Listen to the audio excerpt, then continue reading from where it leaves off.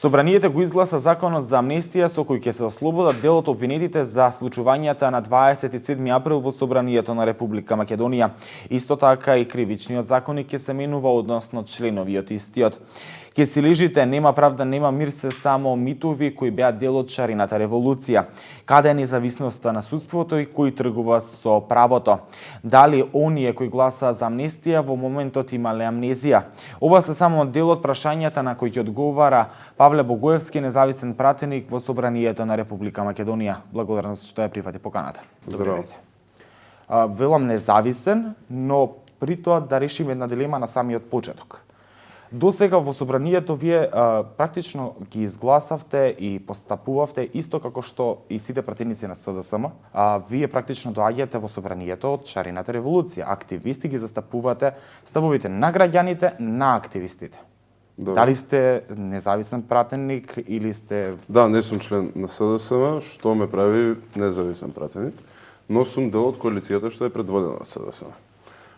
Не е точно дека во секој случај сум гласал исто како што гласувало мнозинството, меѓутоа да, за потребите на оваа дискусија ќе се согласам со вас, бидејќи темата на разговор се законот за амнестија и измените во кривичен законник, каде што мојот став е ист со пратеничката група, сега за сега. Како тогаш сте независен? Не сум дел од партијата. Значи вие практично... Тоа значи независен пратеник. Значи пратеник кој што не е дел од ниту една партија. Но Тоа треба ли... сум дел од коалиција. Чии ставови и чии интереси застапувате? Тоа е едно од главните прашања. Свој. А не на граѓаните, поетата. не на шарината револуција. Никој не може да ти каже кои се вредностите на сите граѓани. Прва работа. Втора работа. А кога пратеник иде во институција, во собрание и потекнува дел од партија, тој за себе има програма на партијата која што ја застапува.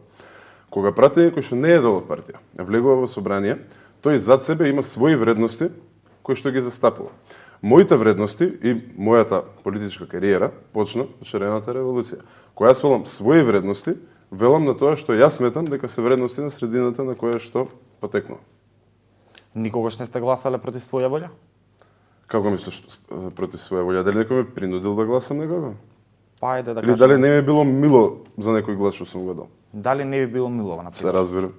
Па зашто сте гласале тогаш? Бидејќи политиката не е средина каде што можеш да постапуваш како сакаш без да водиш сметка на последиците од твоето однесување.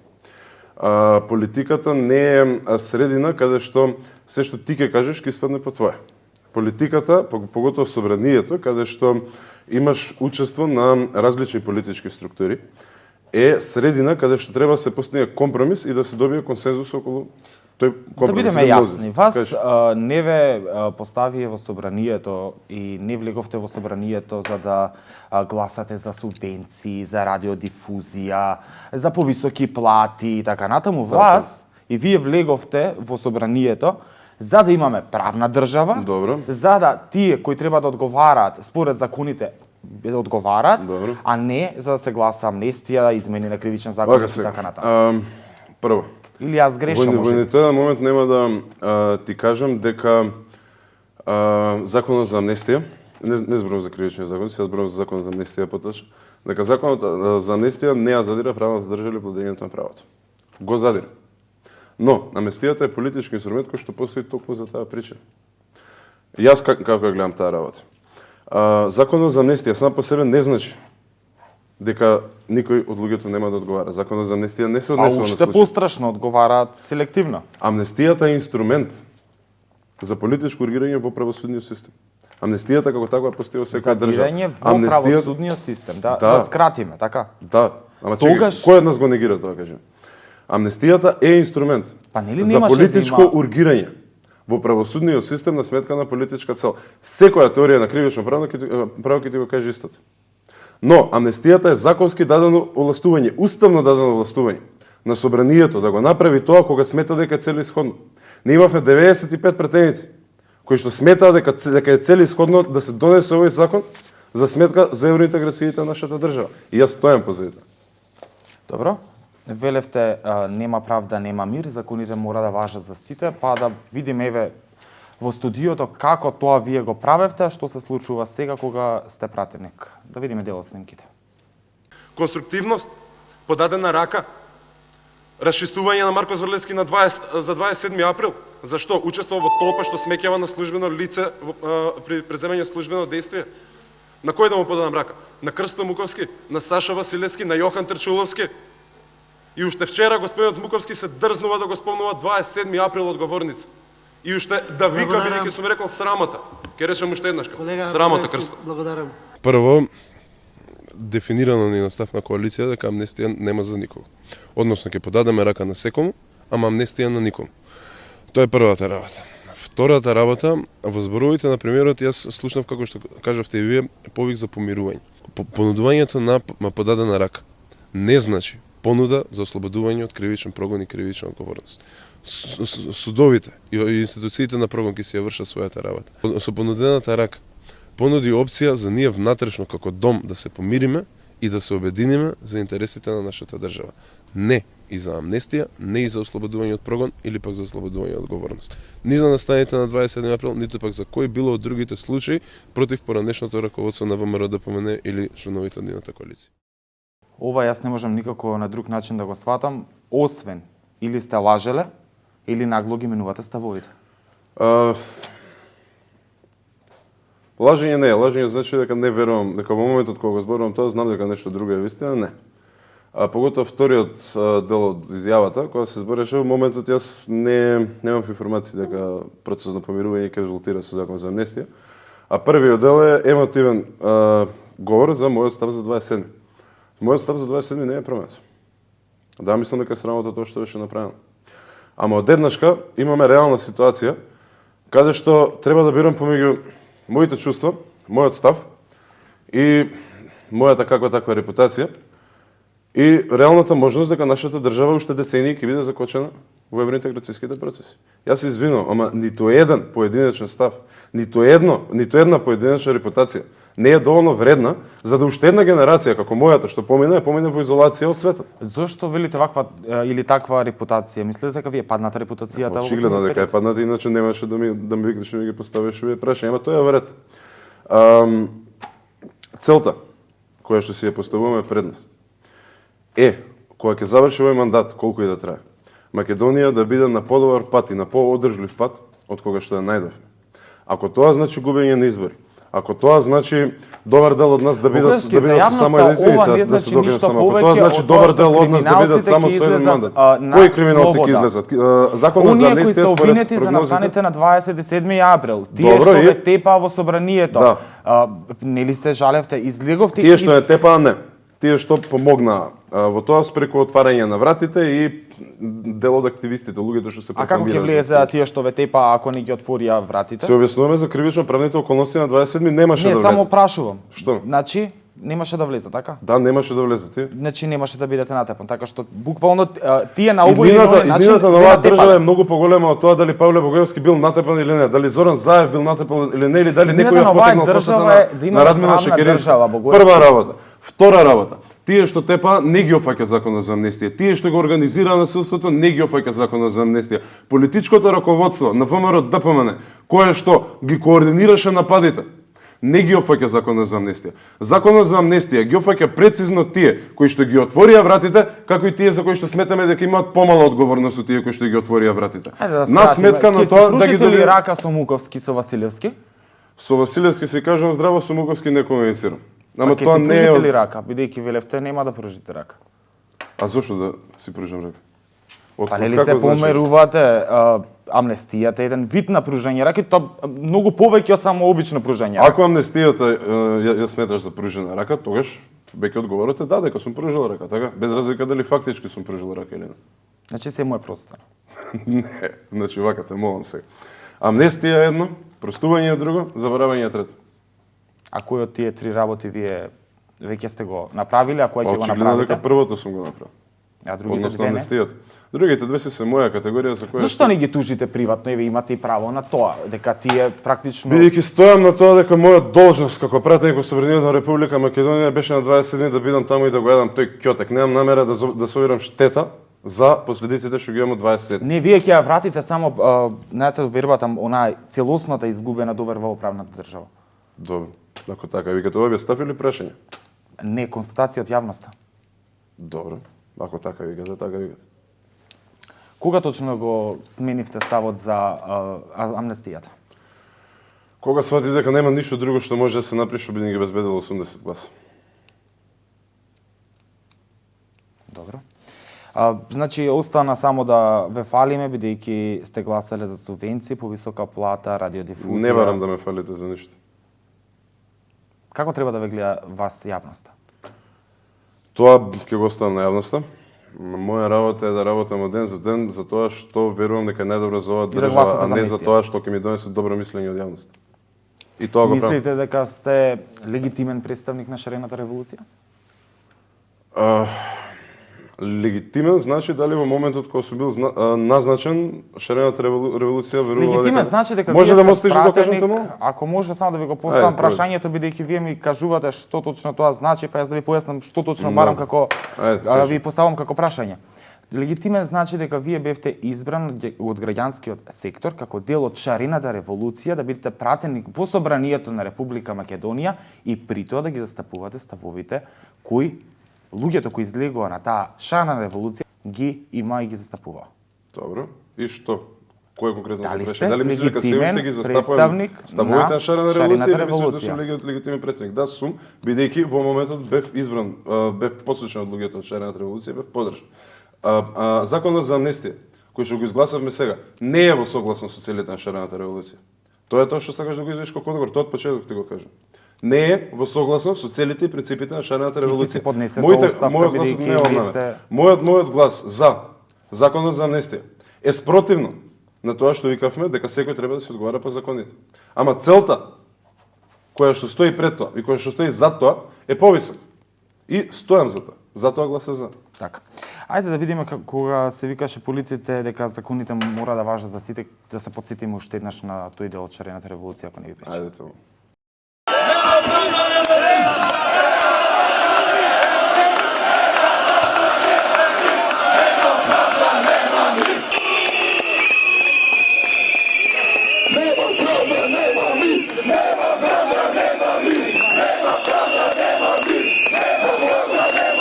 Ако од 100 условно кажано силување, јавниот обвинител направи грешка во едно и како резултат на тоа немаме осуда на силувач, да, ќе ми биде многу криво, тоа е потврлување на правниот систем. Значи потврлување на правниот систем. Ова не е потврлување практично на правниот систем затоа што Ајде да овој расчистим неколку работи. Ака. Подривање на, односно немање на правен систем. Потврлање на правниот систем. Злоупотреба на правниот систем не е ова. Не е ова. Собранието од 91 година до ден денеска го има уставното властување да донесе амнестија. Дека е ургенција во правниот систем е, дека е навлегување е, не е рушење и не е нефункционалност на целиот правен систем. Ова е буквално зимање од целиот правен систем, еден дел кој што свесно го жртвуваш на име на повисока политичка цел. Јас нема да ти го негирам тоа. Нема да ти кажам дека со законот за амнестија се е окей, правната држава ни стои во целост, принципите на владењето на правото ни стојат во целост. Не е така, Кико. Не е така. Ама, имајќи предвид колку се даде, на сметка на тоа колку очекуваме и се надеваме дека ќе добиеме. Извини, во мојата глава, иако беше тешко, нема друга математика освен одлуката која што е донес. Еве и Симона Спировска, ваша претпоставам пријателка, беше дел од шарената Да, една од револуција како најдобрите активистка, да. другарки. Вели вака. Во оваа предновогодишна амнестирање, препратено со лоботомија како еден од условите, ми стигна прекршочна за 27.6.2016 година, кога ме приведо. Тогаш претпоставам дека беше тоа заедно ме приведо во исти временски период, Во ист ден. во исти ден. И јас не сум ја однела да обжалам и нема, решив да си ги платам веднаш по примањето. Да си ги негувам идеалите и да не делам ист печат ни со амнестираните, ни пак со амнестирачите. Добро. И тука вели грозен ви е злучинот, гадове, смрдите на шиткачи на вредности. Се пранаоѓате ли? Да, како да не се прави. Јас би бил разочаран ако Симона Спировски имаше став како било поинаков во светот. Привилегијата на тоа да не бидеш дел од институциите е дека не паѓа на твои рамења да ја правиш директната математика, што е позначено, дали тоа што со години сум го викал и кажувал на улиците, или ти тоа уште една или повеќе генерации после мене да немаат еровски дне во државата. Од луѓето кои ја немаат таа одговорност, од луѓето кои што чекорија со мене по улиците секој ден, кои што беа соборци, Јас би бил разочаран ако имаат поинаков став, но Кога веќе еве имате спротивни ставови тотално од нив, Добро. имате различен став и за амнестијата и така натаму, велите ги гледаме од различна призма, повторно ќе прашам дали ќе поднесете оставка, Не, бидејќи нема ви да поднесам оставка, бидејќи има уште работа што треба да се заврши. која работа треба да ја завршите? Треба нашата држава да донесе на стабилен евроинтеграцијски пат. Значи, чии интереси застапувате?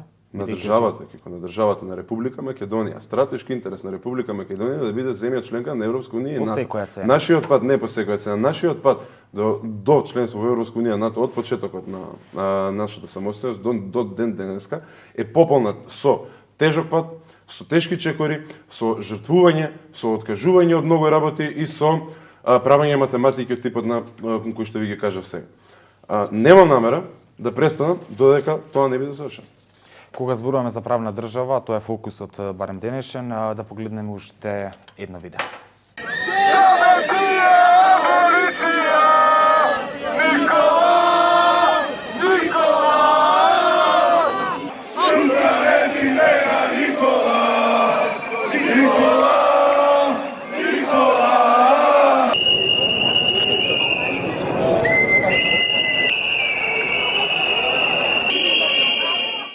Шутка му избега на Груевски Груевски избега на шутка да бидеме технички. или Точно. поточно каде ја гледате одговорноста?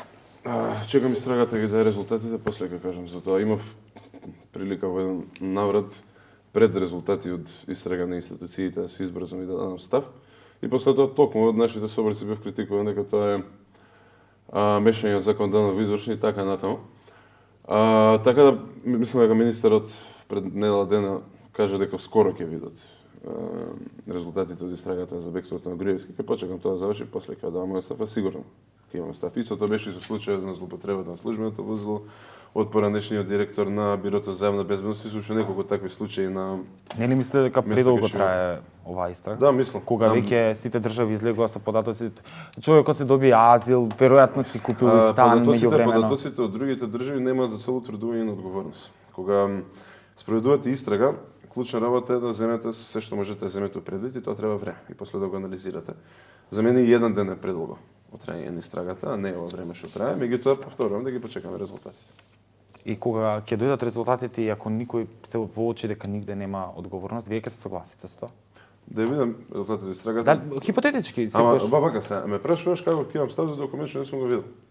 Не е тоа хипотетички. Ајде го тоа не видовте, благодарам. ако ништо друго, го видовте документот, верувам, со кој ќе се менува кривичниот законник, Добро. а со тој кривичен законник се офатени и лица кои се гонат од специјалното јавно обвинителство, токму она за кое вие се залагавте да Не постои. Тоа да слушна во воведот, со овие измени не се офатени лица кои се под прогон на специјалното јавно обвинителство. Да не биде Бугоевски понатаму и како што беше и за амнестијата, велевте нема амнестија, па имаше амнестија, да не биде сега не се офатени, па да бидат офатени Зборуваш за понатаму. член 275В. Вашиот медиум имаше многу убава анализа вчера за тоа што би И за значило. 353 исто така. 353 не е дел од овие. Вчера беше ставен па повлечен. 353 никогаш не бил дел од дневниот ред. Дневниот ред се гласа на почеток на Дали седница. вчера беше ставен 353 Да, и беше ставен и повлечен? беше повлечен. Не стигна до седница. Зошто беше ставен? Значи, тоа ќе се ги прашаш луѓето што го поднеле тој закон, не мене. 353 не стигна до седница. И мислам дека е непредметно да зборуваме за 353. Кога ќе стигне викне, јас пак ќе дојдам тука и ќе разговараме за тој член, нема никаков проблем. Зборуваш за член 275В. Тој е членот кој што Злоупотреба на криминализира постапка на јавен повик и на јавна делување повик, на јавни јавна набавки, набавка. тендери и така натаму. Со кој што законскиот минимум се спушта од 5 на 4 години. Тоа е дел од вкупната политика, од вкупните напори за намалување на казнената политика. Тој член има само еден случај кој што бил предмет на СЈО, кој што го танкира, кој што го тангира тој член кој што е веќе завршен. Тој член се однесува и на други луѓе, предпоставам, кои што се во постапка и така натаму, но кои што не се делови на СЈО. Но конкретно овој се однесува на на Василија Веровиќ, кој практично е син на ваша колешка пратеничка Владанка Вировиќ и Сејат Кочан исто така, па тука го имаме Рамчиловиќ кој е тесно поврзан со Сејат Кочан, исто така не прави тие да бидат а ослободени од прогон. Вировиќ, нели?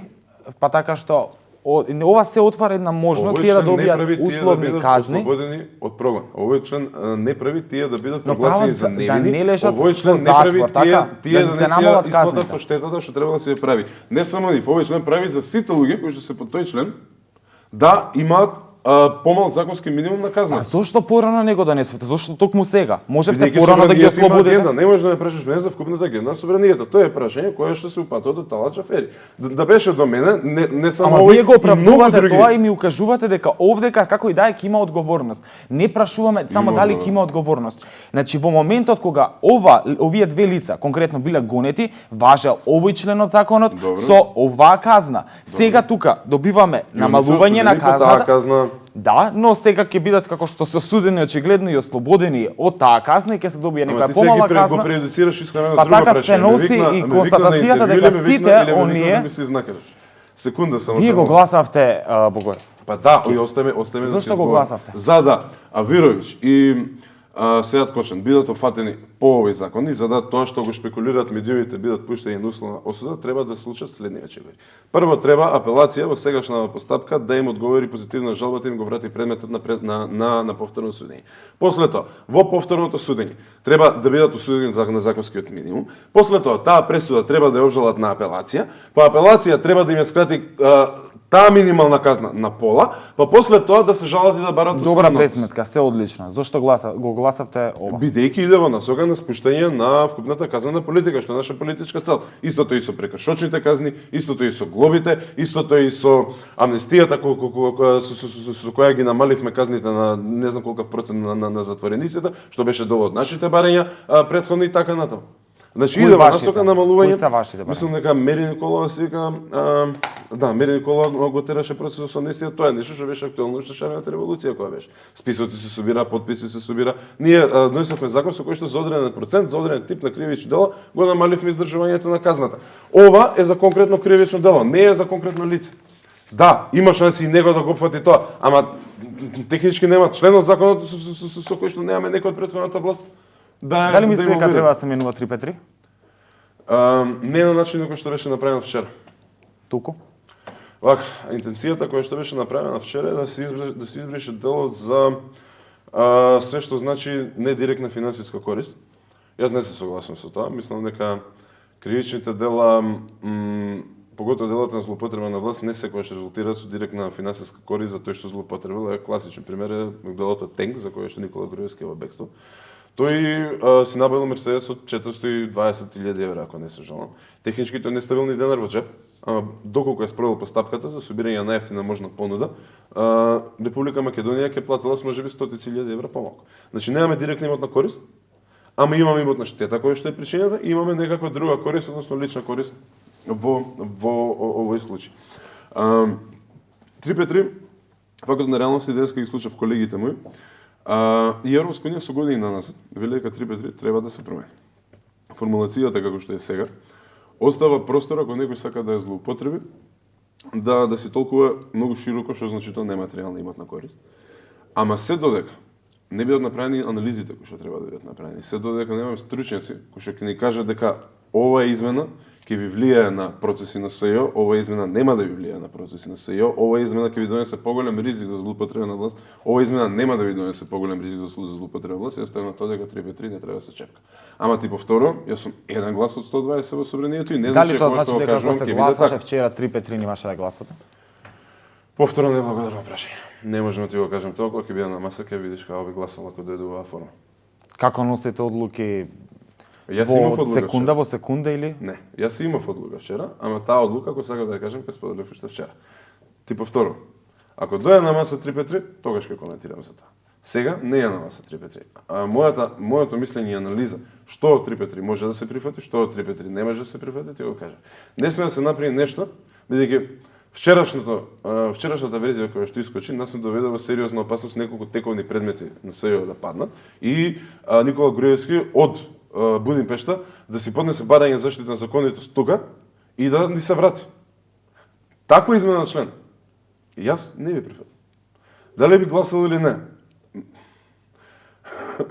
Мислиш не ми е лесно Ама да ти кажам? кажа, јас не знам зошто Си го знам толку мојот став. резервирано Говорите говорите. дел од коалиција, како бидејќи одговорноста е Но, многу поголема Павле, сега. ние од зборуваме што беше на конкретно улица. овдека за твојот глас. Не зборуваме за тоа како коалицијата ќе Да, ама одлучи. еве исто така уверено велев дека подадена рака за помирување не значи амнестија, па не искочи така, така? Се каеш Што дали се? за изјавата? Затоа што У моментот кога зборував тај, јас верував во секој збор тоа што го кажа. значи некој ви излажал вас. Не излажал некој, околностите се развиваа поинаку. Тогаш не беше очигледно дека нема поинаков начин да се добие 80-ката. Ме сваѓаш? Околностите од секунда во секунда се И тоа, менуваат. сега да повториме, тоа е повторно тргување со правото. Сега ќе се менува и кривичен законник. Ми викате, нема да биде, не беше вчера 353, па всушност изгледа се дека бил тргна 353, Прво, па сега не беше, па не беше. Ама не вака се. и на крајот ќе се изгласа и ќе се ослободат и тоа е тоа, да ја скратиме работава бидејќи многу ја должиме. Што ќе се ослободи? Членот 353, новата верзија Кој од ти членот вика дека ќе се 353. изгласа членот 353? Ако се гласаше вчера ќе се гласа. Па јас тоа го гледам според вашите постапки, според тоа како вие работите Предпоставуваш дека постојано. ќе се изгласа 353 во ваква форма. Тоа го. Не, тврдам дека ќе се изгласа. Јас се надевам дека 353 во ваква во формата која што беше предложен никош нема стапи на сила. Тоа можам да ти го кажам сега. Како ќе се гласам ако дојде текст во ваква форма во собраниска процедура пред стискање копче и јас знам, а мојот став за текстот во оваа форма ти го кажав пред неколку минути. Добро, до која граница има ли некоја црвена линија ќе идете за тоа влегување во Европска унија и НАТО, која практично, повторно ќе кажам, не е твоја лична цел со оглед на фактот дека конкретно Како не е моја лична цел? Конкретно, извини, дали може да се докажам? Фала. Затоа што конкретно кога вие влегувавте на тоа место како пратеник, застапувавте други вредности. Од таа причина го кажав, да не се разбереме погрешно. Добро. И тоа како е моја цел? Евроатлантска интеграција за нашата држава. Границата која што јас си ја поставив е дека не смееме на никаков начин да преземеме мерки што ќе ги направат следниве работи. Што ќе направат настан да биде како да не се случил, што ќе попречат во утврдувањето на вистината од страна на органите на прогонот и уште повеќе се зададен цврсти принципелен став дека не смееме да земеме ниту да преземе ниту еден чекор кој што директно ќе влијае врз постапките на СЈО. Членот 2752 кој што денеска беше изгласан на комисија не влијае во постапката на СЈО, влијае во одмерувањето на казната, што е во можното одмерување на казната, што е од страната на судот. И повторувам, за да се случи тоа што викаш, има најмалку 6-7 чекори за кои што се одговорени исклучиво судските инстанции. Во било кој момент, ако судиите цена дека не треба тоа да се случи, нивна работа се е да се проценат. Наша цел беше само спуштање на казната политика. Одлуките и во едниот и во другиот случај се на обвинителството и на судот. Нит им пречиме да ја утврдат вистината. Нит, бидејќи вака, на пример, едно од барањата кои што беше барањето на Со амнестијата и тоа како им пречите? Не е така. Па како? Вистината се утврдува. Значи и Вилма Русковска кажа дека амнестијата нема да влијае врз текот на исходот на постапката терористичко здружување, големата кај што има 30 стројца. Влијае врз одговорноста на крај. Што мислите, ќе се утврди и понатаму судот ќе утврдува одговорност кај Муковски, Василевски и така натаму, откако тие ќе бидат амнестирани? Не. Значи нема да се утврди одговорност, така? Тоа ти реков, значи законот за амнестија иде ја поништува одговорност. Значи нема да се знае дали утврдувањето на вистината. Види, на вистина разбирам и разочарувањето, и нервозата, и чувството дека тоа зашто сме се бореле е заборавено, е предадено и оставено на страна. Чекорите кои што ги преземав беа ужасно потребни и беа направени на начин кој што ќе обезбеди дека најмалку што може ќе се навлезе во тие принципи, а ќе го добиеме тоа што ќе сакаме. Јас сум единствен човек кој што беше волонтер да влезе во таа група. Единствен човек кој што не беше назначен во својата претеничка група да учествува во некои од работните тела за помирување. Причината зашто го направив тоа не е за да историјата ме запамти мене како поднесуваш на тој закон и да ги трпам сите критики после тоа. Причината зашто го направив тоа е дека јас лично сакам да се осигурам дека е направено на начин што најмалку го задира тоа за што јас верувам дека сме се бореле. И ова е одговорот на твоето прашање дали се уште мислиш дека ги представам, дали се уште мислам дека ги представам вредностите на шарената револуција. Да, мислам со тоа. Факт е дека не можам во моментов, не може во моментов целосно да бидат тие исполнети. Но може да бидат целосно уништени и може да бидат запазени колку што е можно повеќе. Тоа е тоа кон кое што јас се спремам. А одговорноста дека не се целосно исполнети и тоа како ќе си ја носам цел живот понатаму. Така. Еве, Ирина Цветковиќ е исто активистка од Добро. Шарената револуција, вели шарените се тука уморни и разочарани, тука сме во фирум, измрцварени, секој за своја траума. Се справуваме кој како може и знае. 10 години на нашите животи ги посветивме на улиците, тротоарите, плоштадите, протестиравме, се боревме и сонувавме за промени заедно. Губевме време, нерви и здравје, некој од нас и работа, пријатели, членови на семејството се боревме за право на абортус, за човекови права и така натаму и така натаму. Не барете од нас и оваа битка да ја водиме. Една власт имнавме низ протести, немаме резервни животи за уште една деценија ист пат. Сваќате дека шарената револуција веќе е изморена и практично, да не кажам, сака да ве симни вас од власт, затоа што јас така барем ова можам да го сватам. Дека се измрцварени и дека немаат веќе сила, но Мислам би го дека е малку направиле логички тоа. скок тоа дека Ирина Цветковиќ со овој статус сака да не симне нас од власт. А мислите дека ве сака на власт? Го прочитав статусот. И мислата што ми помина кога го прочитав статусот беше ако јас не сум во Собранието, многу веројатно дека ќе напишев нешто многу слично на тоа или на река ќе го споделев. Ќе го споделев тој статус. Да, и тоа како се уморени шарените револуционери. Ама јас немам привилегија да бидам уморен.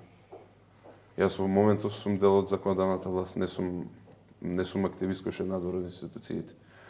Одговорноста која што стои зад мојот глас е поголема од потребата да си кажам што навистина мислам и што навистина чувствам. Целосно се согласувам со ставот на Ирена. Се кажеш ли што воопшто влезе на Секој тоа ден, работно место? Секој ден.